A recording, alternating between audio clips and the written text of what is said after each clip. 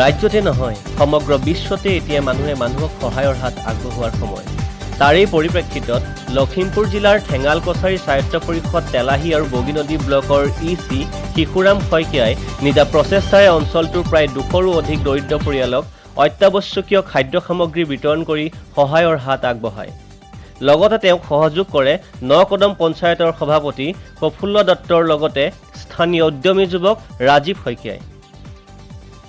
আমি ঠেঙাল কছাৰী স্বায়ত্তশাসিত পৰিষদ 18 নং লখিমপুৰ সমষ্টিৰ আমাৰ আজি মোৰ ব্যক্তিগত ফালৰ পৰা মই 3খন গাঁৱত আজি মানে যিসকল মানুহ চৰকাৰে যিটো ঘোষণা কৰিছে লকডাউনৰ প্ৰতি লক্ষ্য ৰাখি একেলগে যাতে ঘৰৰ পৰা যাতে বাহিৰলৈ যাব নোৱাৰে তাৰ কাৰণে আমাৰ সমষ্টিত পৰা যিসকল ভোটাৰ আছে তেখেতলোকৰ প্ৰতি ঘৰত মই এক সপ্তাহৰ কাৰণে খোৱাৰ যোগান ধৰিছোঁ আৰু আজি মই কমেও 200 ঘৰ মানুহক মই এই ব্যৱস্থাটো কৰিছোঁ।